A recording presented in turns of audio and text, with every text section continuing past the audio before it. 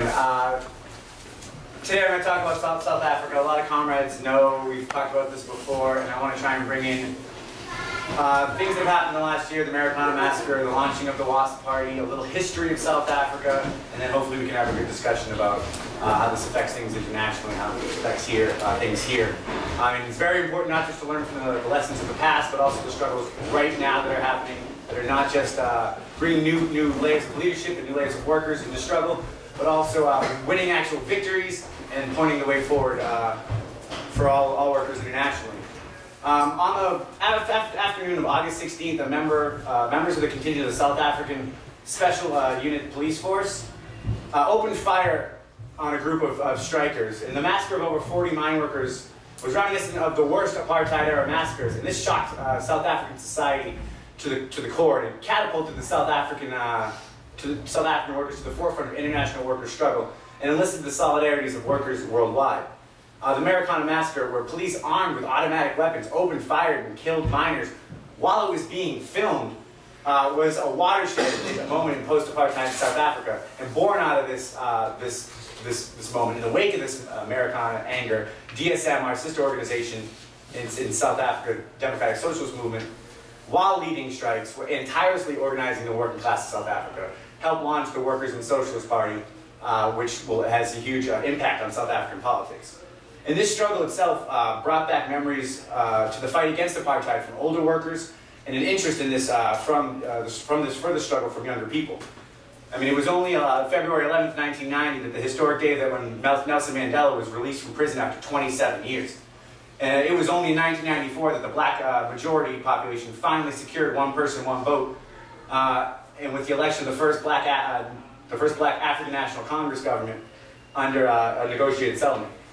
The hopes and dreams of the majority of New South Africans rested on Mandela and this movement, and a new South Africa freed from ferocious and pitiless oppression and exploitation by white minority rule. Mandela's release was secured after decades of bitter struggle when the apartheid regime attempted to drown the revolution in blood. The Sharpeville massacre of 1960 and the heroic Soweto uprising of the youth in 1976, when up to 100 young people were gunned down by the police. This shows the determination of the masses to overthrow apartheid for all of those decades. The ANC, the African National Congress, is South Africa's governing political party, supported by its tripartite alliance, which is COSATU, the Congress of South African Trade Unions, and the South African Communist Party. That sounds pretty amazing, doesn't it? Or at least from a left standpoint. Since its establishment of non-racial democracy in 1994, it defines itself, though, as a disciplined, quote, force of the left. But the adoption of the Freedom Charter by the ANC in 1995 shows the enormous amount of class consciousness that's been ingrained in South African society. This charter called for the nationalization of the commanding heights of the economy in 1955. Quote, the national wealth of our country, the heritage of South Africans, shall be restored to the people. The mineral wealth beneath the soil, the banks and monopoly industries, shall be transferred to the ownership of the people as a whole. All of this had to do really with the changing situation on the ground in South Africa. Between 1961 and 1974, the number of black workers in South African factories doubled. This was an explosion of the organized working class onto the scene that rocked the whole of South Africa and brought a qualitative change to the struggle itself. Mass strikes ignited the imagination of workers internationally who, I wasn't old enough at the time, but through lobbying and solidarity and boycotts, helped politicize many workers at the time, giving active support to their brothers and sisters in South Africa. The 80s workers' movement led to the birth of the Confederation of South African Trade Unions, COSATU, in 1985. COSATU adopted the Freedom Charter in 1987 under the banner, in 1987, of Socialism Means Freedom. COSATU began a series of heroic general strikes, that very heroic considering the time and place, not an advanced capitalist country, but South Africa. Heroic general strikes that made the country pretty much ungovernable and ushered in the end of apartheid. But 20 years after the end of apartheid, what has happened to the hopes and dreams of the workers encapsulated in that Freedom Charter? Our organization, the CWI, has explained that following the collapse of Stalinism, the white regime of F.W. de Klerk recognized the potential for power sharing power sharing agreement with the ANC. You know, they didn't need to drown them in blood. What they needed to do was figure out a way to get so that the fundamental economic interests of capitalism would not be threatened because of the ANC's leadership shift. And in fact, they got them to shift to the right, leaving behind the revolutionary struggle. South Africa is now, well, I don't know about 2013, but in 2012 was the most unequal country in the world. The wealthiest 10% of the population taking 60% of its total income, while the bottom half of the population earns less than 8%. Given the numbers we see now, I mean, there's a lot of income inequality in the world, but that's pretty graphic. Almost 1/4 of South African households experience hunger on a daily basis. Left? No, gone. Okay. On a daily basis. An average worker lives on a little more than $1 a day. But 44% of South African workers, almost 6 million of them, live on less than that. Miners live in what is called informal settlements, or squatters' camps, or shacklands, as they call them. These informal settlements exist in their thousands across South Africa. Not just alongside the mine shafts where the miners are known to live in these shanty towns, but in the urban areas of Johannesburg, Durban, Cape Town, and other cities. These people live in tin sheds lit by paraffin lamps. And many of the settlements there have no electricity, no running water, no sanitation, no roads, just dirt tracks and shacks. Apart from the short-lived reconstruction and development program in the early years of the government, we saw some limited improvements for black working class people. The ANC has pursued a pretty aggressive neoliberal economic program with massive privatizations of, guess what, those same exact things I was just talking about, the public utilities, namely electricity, when no one has any, or water, which no one has any. This has also caused huge divisions to have widened in the alliance of the ANC. Effectively, they abandoned the working class and became conscious agents of big bosses in capitalism. And this has fueled a myriad of community struggles for housing, for delivery of services, for women's liberation, considering they have something near 36,000 women a day are raped in South Africa and only 1 in 30 is reported. Following the Marikana massacre, the credibility of the ANC has now been shattered, right? It has demonstrated that it shares with the capitalist class the same fear and loathing for the potential power of the working class. The Rotensburg region, where a lot of this has popped off, is the region's largest platinum ore deposit, and that has a lot to do with it. There's also been recent closures of shafts by some mines, and this has alerted thousands of workers to the urgent need to fight back, right? Like the $1 a day you're getting is threatened to be taken away from you. And thousands did fight back. Initially, at Lomon, the world's 3rd largest platinum mine producer, they went on strike in demand of an increase from their current 4,000 rands poverty wages to a living 12,500 rands living wage. I don't know the exact translation conversion of that is because it's really high inflation. And on August 10th, the Marikana massacre, so although it was really shocking, and when I saw the footage of the cops gunning down the mine workers, it blew me away, but it didn't come as a surprise to our comrades who were there and started working in the Rotensburg region 3 years previously. And when this popped up, they were already ready, on the ground, helping the strike committees there right away. And this isn't the United States where you can just go sit out in picket line for a dozen cops will show up and you can have 300 people on the sidewalk. I mean, the first strike coordinating committee met illegally on Rotensburg Green because no more than 15 people are allowed to meet in South Africa. And this is part of the most significant feature of the 2012 mine workers strike, the organization of independent rank-and-file-led strike unions, strike committees outside the existing unions and existing bargaining units. Across the country, in the Platinum Belt, then the gold fields and elsewhere, shaft after shaft after shaft created their own organizations and pushed for new militant leadership. Thank you. And the National Union of Mine Workers, NUM, which had collaborated with the mine bosses, were booted out at one stroke by these worker-led committees. On the initiative of our organization, Democratic Socialist Movement, these shaft-based committees organized first across the mining heartland, and then to a national mine workers committee. So like all strikes, like all working class activities, of course the media is going to bash them. And of course the bosses are going to be relentless in their tricks and roadblocks and attacks. But management's threats never shook the strikers. When the Salmonacor mine workers were refused a permit to meet in order to discuss their strike action, they went down into the shaft, refused to come up, and had their meeting underground. 400 mine workers occupied the shaft and remained down there for 2 days. Management, furious with this action, turned off the air. They turned off the water. And the mine workers still refused to budge until management finally caved in. And after a victorious march out of the pit, the occupied mine workers gathered in a playing field right there to discuss tactics of the way forward, and they're greeted by speeches from our comrades ready to help them carry the struggle forward. Every single day, leaders were contacting our comrades. I don't know, help me pronounce his name correctly. Sebe, I think is that? Sebe. Sebe and Liv. Demanding that they come, leave, yeah. Thank you, and demanding that they come and meet them and wanting to join their strike coordinating committees.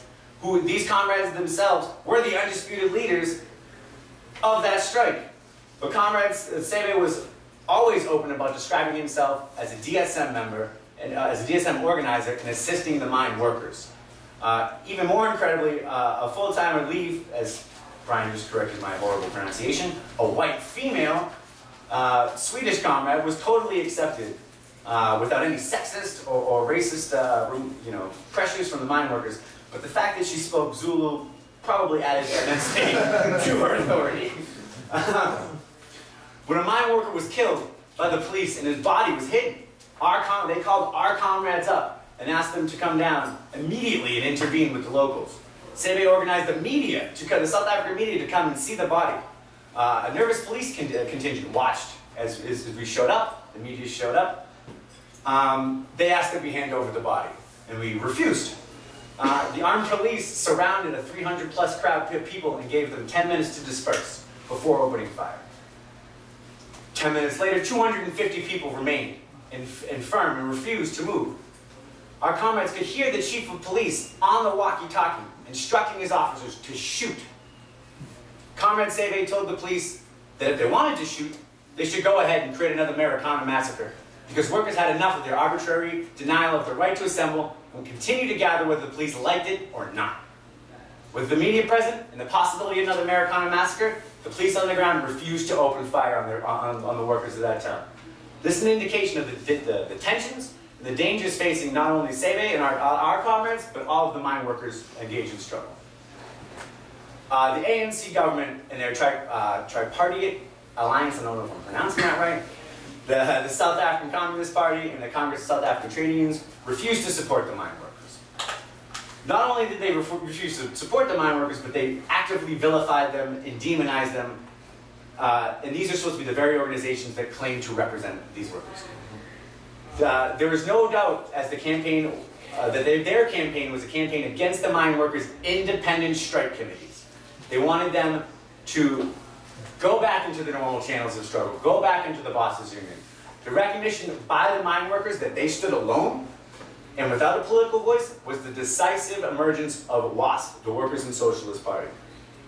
DSM, the Democratic Socialist Movement, affiliated with the CWI, Committee for Workers International, and representatives of strike committees from, I'm going to mess up all of these words, Mokoni Platinum in Limpopo, Royal Bafokeng in Murray, in Roberts, in Rottensburg, Northwest in KDC in Carletonville, Guateng, all of these groups with roots in the working class, actively struggling, were the founders of WASP, not people sitting in a room saying, I think we should create a party for working people.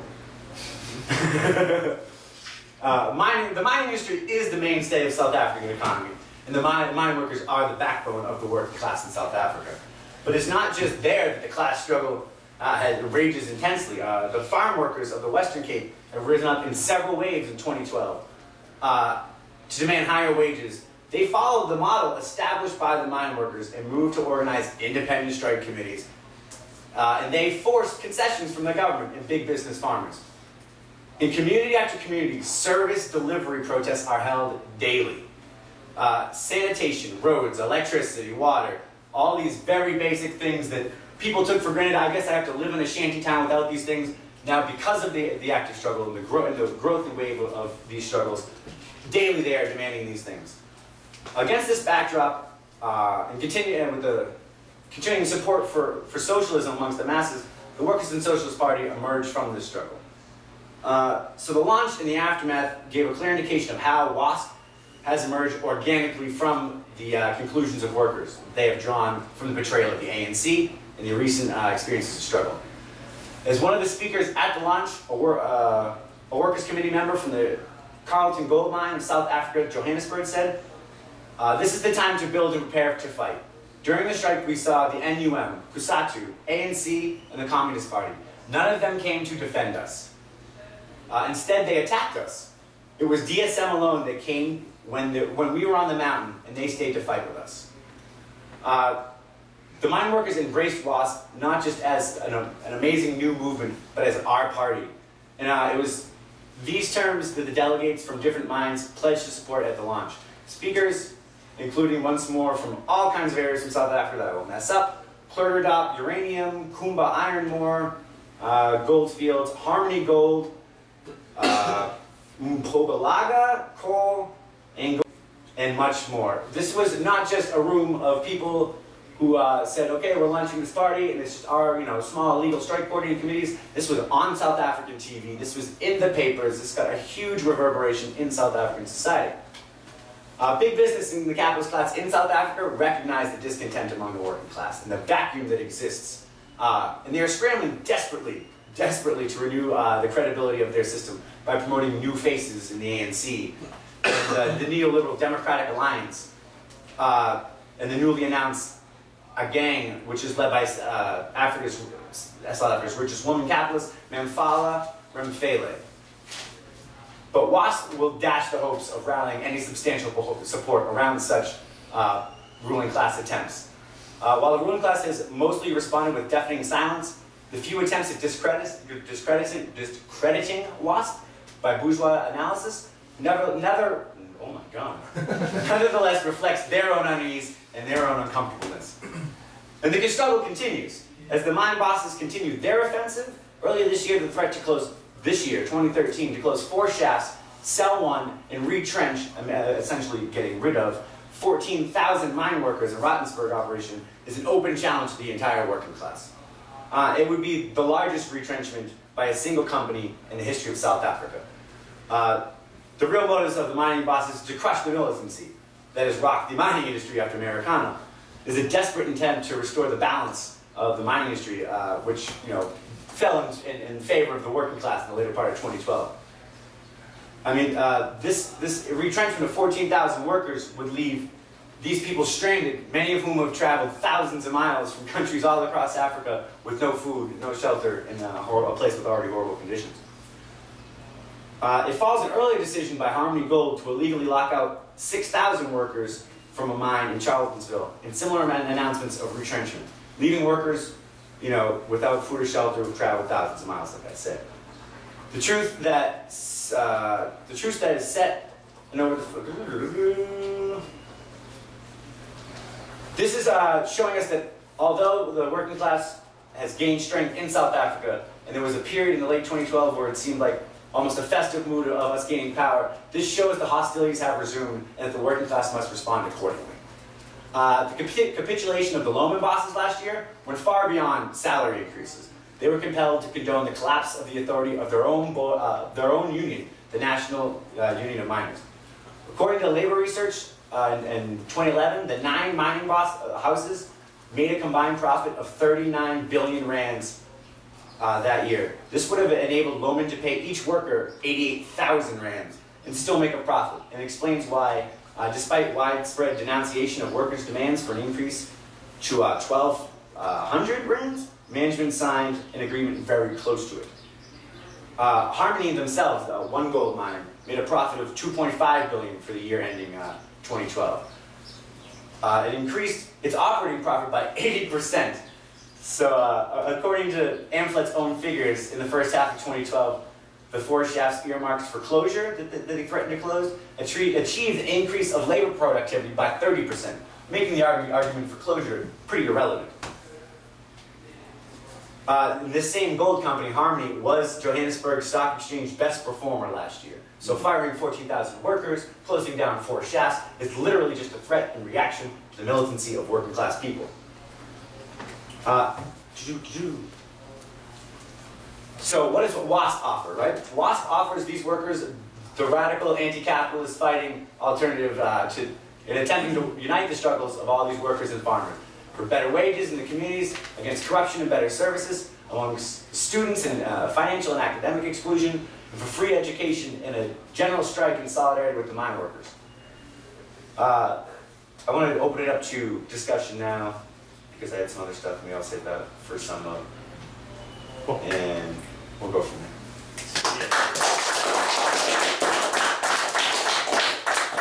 So how do folks want to proceed? Should we just go around in a circle and you can pass if you want or say something if you want, or should I just take hands? And there's a small enough group that we could all get a chance to speak if we go around in a circle. Anyone, any preference at all? I'll do whatever. Circle. Okay, you're first. Well, it's kind of interesting that the South African Tripartite Alliance treated the miners of South Africa worse than Margaret Thatcher's government in the 1980s, who, as brutal as they were, I don't believe fired live ammunition at the miners in 1984 and 1985. So that's kind of something to throw in their face, and that even though the South African Freedom Charter did say about land, reclaim the land as ours, nationalization of the commanding heights and all of that good stuff, is that the fact that the South African Communist Party was really not interested in socialism, despite maybe the undoubted heroism of many of their members against apartheid, is that they were more interested in, say, a bourgeois democratic revolution, and that they've essentially replaced apartheid by race, by apartheid by class, which is what currently exists. And as you say, South Africa is currently, or at least as of last year, is the most unequal society in the world. And that if one actually reads the South African Communist Party statement on the massacre, it reads pretty much like a police report, which is upsetting, but perhaps not all that unexpected.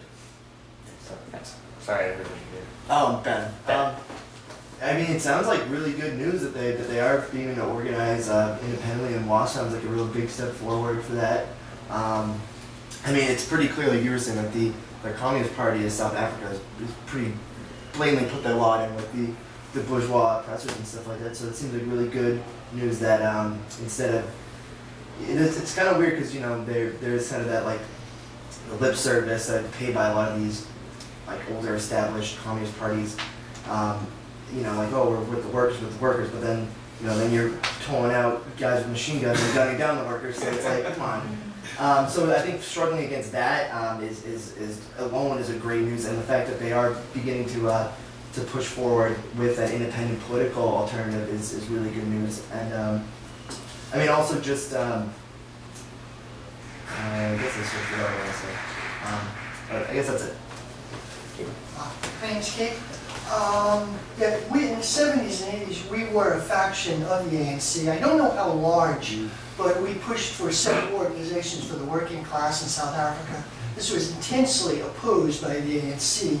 They hated that idea. I'm not sure why, but they expelled us. They accused us of workerism. I have no idea what workerism is. I have no idea what awesome. They accused us of syndicalism. I looked up on the South African Communist Party website, and there were some of the polemics like from the 80s. They accused us of syndicalism or narco-syndicalism or something like that. I don't know. But anyway, after when the end of history showed that our approach was right. So when after apartheid collapsed, global neoliberalism, of course, put enormous pressure on the ANC leaders and the leaders of the Tripartite Alliance to accept capitalism, like Cyril Ramaphosa, who is a leader of I believe he was a leader of COSATU, the very militant trade union leader. Now he's a billionaire oligarch. I mean, they blatantly bought off a lot of these people, it's very blatantly. Nelson Mandela was a true 20th century hero. He spent decades of his life in prison, I believe, for his cause, but he's a flawed hero. He's kind of a very deeply flawed hero with very ambiguous legacy. Anyway, yeah, so in recent period, global capitalism, like South Africa is very important to global capitalism, has huge natural resources in mining, which is tungsten and things like that, I believe. But after the crisis hit, I know the profit margin for these mining companies seemed very low profit margin, so there's much more intense exploitation. And global capitalism wanted to use the official left in South Africa to control the working class. Like, I believe, obviously, the SACP, I believe that their theory is something like they want to build a national development state, like the Stalin stage model, national development state. We're not quite ready for socialism. Maybe like in the 23rd century, get close to it or something. But so anyway, that is not working anymore. It's interesting. It looks like they're heading for a major explosion. It's a very interesting development. I'll pass. Alright, as everyone's pointed out, the SACP and the ANC completely selling out the working class, and it doesn't come as a surprise. They've been a bourgeois, at least the SACP has been a bourgeois party from the start. Didn't truly incorporate black South Africans or the working class in the way that it looks like WASP is. That it's truly a party of, for, run by democratically. It will be a party run democratically by the working class, black or white, with the miners at the forefront of that movement. The move from being a labor movement, being a union fighting against the bosses, to forming a political party. That's not something that we call for here in the United States. Call on the American working class to form their own political party. We call on union leaders to do that. Unfortunately, a lot of union leadership in this country and in many other countries around the world is more interested in making peace with the bosses and funding the campaigns of the same politicians who will throw the working class under the bus. But this is a major development, making the leap from not just fighting it on the front of the workplace, but actually attempting to take on the capitalist class in the political arena. It's exciting.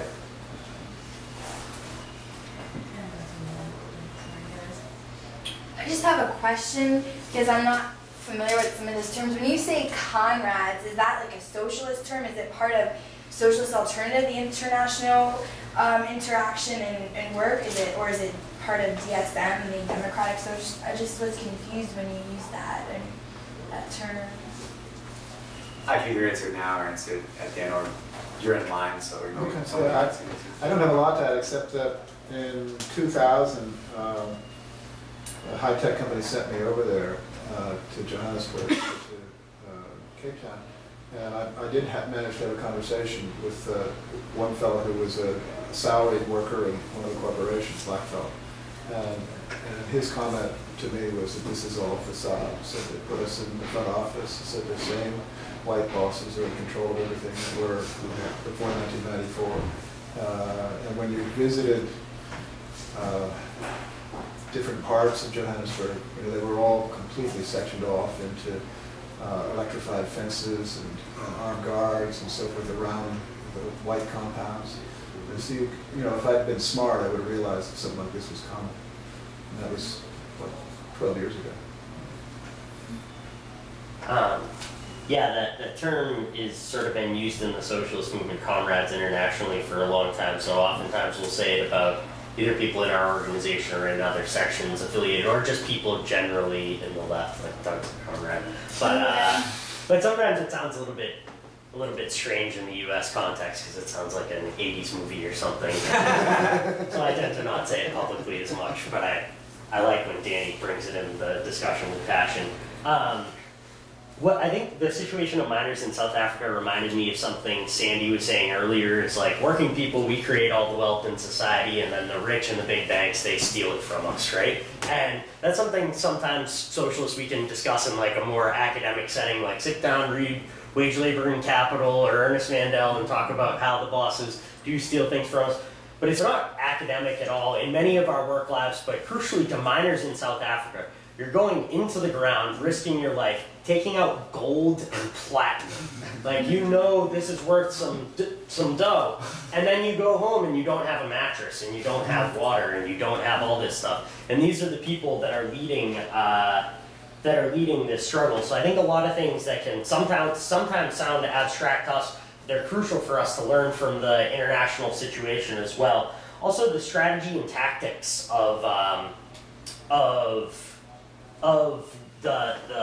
that were used, like things like that we talk about in movements, like we need to widen out the movement to reach out to the working class rather than looking for shortcuts, reaching out to politicians or nonprofits. We need to reach out to other workers for our common interests, right? That's something we've said in the immigrants' rights movement by adopting economic demands. It's something we said in Occupy, etc.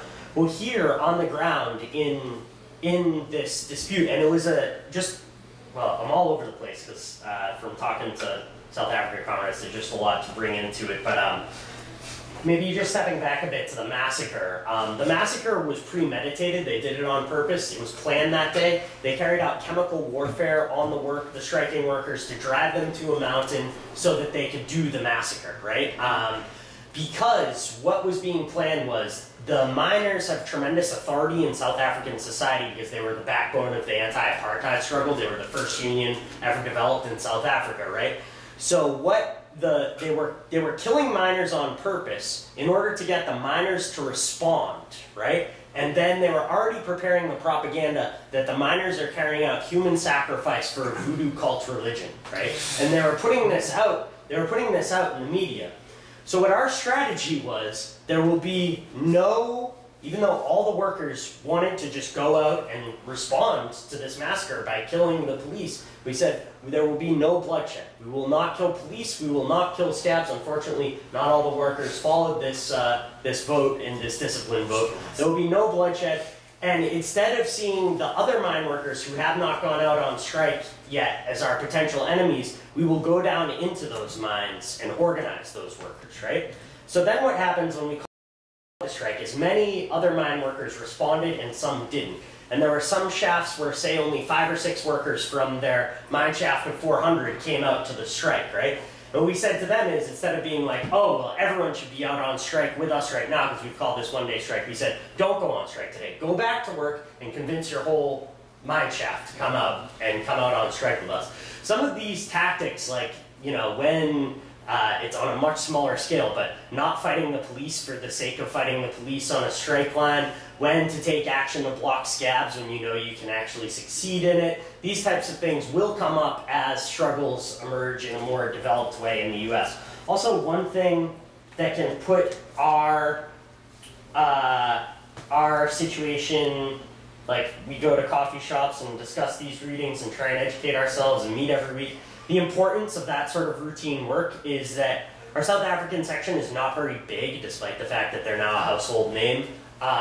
Is not very big, and they said that they had like 4 people who were like really super active, or 5 people who were really super active. They said if we only had 4 people, we wouldn't have been able to do what we did in the mining areas, right? And that sort of, you know, can put into perspective like, oh, if we had a few more people at this socialist meeting, if I recruited my friend, if I did a bit more, what could have been achieved? Because what would have happened if our organization didn't intervene? We went there, all the miners wanted to carry out retribution. They weren't allowing women onto the strike committees, and now women are many of the leaders of the strikes. But also that would have again been used to say these people are backward, they're voodoo worshipping, etc., etc. And also Marikana now is synonymous with the class division in in South African society and with workers fighting back. What it would have been synonymous for if our organization hadn't have intervened would have been mindless violence and bloodshed, right? And because of our intervention, it's now represented hope. It's now represented the fact that working people can get organized. And the launch of WASP had 600 people at it. And now Marikana, because of our intervention, will become not just like one little blip in South African history, one little page in South African history, but it's going to open up a whole new book of the poorest people in the world who have a recent history of fighting back, unlike many other countries, being able to lead the way going forward. And our organization in South Africa said they wouldn't have been equipped to make the impact they did if they hadn't been learning from the world situation and things that socialists were doing, particularly in Britain. And I think us as well going forward, we're going to be able to learn immensely from the miners in South Africa, and we really are going to need to follow this. I think in the future, a lot more people in the labor movement, in the Occupy movement, and crucially in the black community will be following and inspired by what's going on in South Africa. But we can not only take inspiration, but also the lessons as well. So we've gone around in a circle, but I want to give priority to people who passed or asked a question for the first time before we kick it back to Danny for a sum up. So I guess that means Dylan and Stephanie. Yeah. Just quickly, I mean, one thing that was touched on briefly that I think is also really important is, okay, so the struggle that's in South Africa is getting international attention, whether it be by the media, which is not always the best thing, or discussions such as this. But that doesn't necessarily mean that their struggle is even going to be able to extend out of South Africa in any immediate future. And I only agree with this because one thing that was talked about briefly was it's the miners are the backbone, but it's not like the rest of society is just like, oh, you guys do your thing, we're just going to kind of watch or sit back or anything like that. Like okay, and part of it is the history that is South Africa, and also the cultures that exist. I mean, there's in most of the big cities, I think there's at least like 4 or 5 different tribes that live within proximity to each other, which in itself creates its own complications in terms of communication, even just getting along together on a simple day-to-day basis. But these boundaries are not necessarily dissolving, but are being met and are being overcome by an understanding of the impact of what's going on, the need for struggle, and how what's going on with the miners is now affecting people making daily requests for basic necessities. I mean, these things, like the example has been shown and set that when there is organized struggle with clear demands and an actual process of having things accomplished, as opposed to it just ending in some violent or disruptive way, that people begin to understand that this is actually affects all of their society. So it's what there's also some other strikes, right? Like within a few weeks after the last big one, of like public service workers, even workers like in some of the bigger cities, like some of the bigger, I think it was Johannesburg, had like a major impact. Like their whole city was pretty much not shut down, but slowed to a very, very slow pace. And that just shows like the need is not just within one branch of the industry. Like it can't just be like the miners deciding that they're going to do their own thing, but that's what's also really important of the focus of WSAP, WASP, is to bring in as many people as possible, just to have it be a functional party that can affect everybody's lives. My only thing to add is I believe the literal translation of comrade is a brother or sister in struggle. So basically anyone that you are struggling with, so whether it be, you could consider, I mean, we use it in reference to people in the organization. I mean, some people might get put off, as Brian said, but it's more like, I don't know, like a Stalinist thing, bureaucratic kind of, they're like, comrade, whoa, are you gonna, make us all wear the same clothes and take away our stuff? That's like, but so just any brother or sister in struggle, I'm in struggle, we're comrades if you're working towards, in that regard, in a general context. So I don't know if that's Thanks, should we take it back to the sum up? Sure. I mean, I had all kinds of cool stuff that everybody said, like 90% of it. So I'm going to take some of the things that were said and try and extend upon this as I can. Brian's mention of, if there had only been 4 because there was 5, couldn't have the impact that we had. But 5 people, that's an amazing feat. I mean, it inspires me every day to make sure that, you know, I show up to meetings and I do my readings and I'm studying my ass off, because I know if a struggle explodes right next to me, I want to be prepared just like they were, to be right there on the ground to help with the struggle. And it's not just South Africa, right? Like, we're learning about this struggle because it's a victory. It's a great, unique victory right now in this time when we need a victory as a global movement, at least. But it's not just South Africa. We need to learn from South Africa, but also look towards Greece and the Initiative of the 1000, or look towards Chile and the student movements. These are all modern movements that we need to learn from, have people engaged in, and need to draw the correct conclusions. And the international element of us in South Africa, it wasn't just those five DSM members that had been tirelessly organizing for a number of years. We sent members there from all around the world to help inspire and give speeches at rallies of thousands of workers in the middle of football fields. Yeah. You know what I mean? They're sitting there going, we want to go murder the police. And they're like, no, we unite with all the working people of the world, and we can do this together. And I think that's an amazing thing to be learned from, that it's not just, you know, a few people here, that international solidarity is a real thing and not just something that you put on a placard.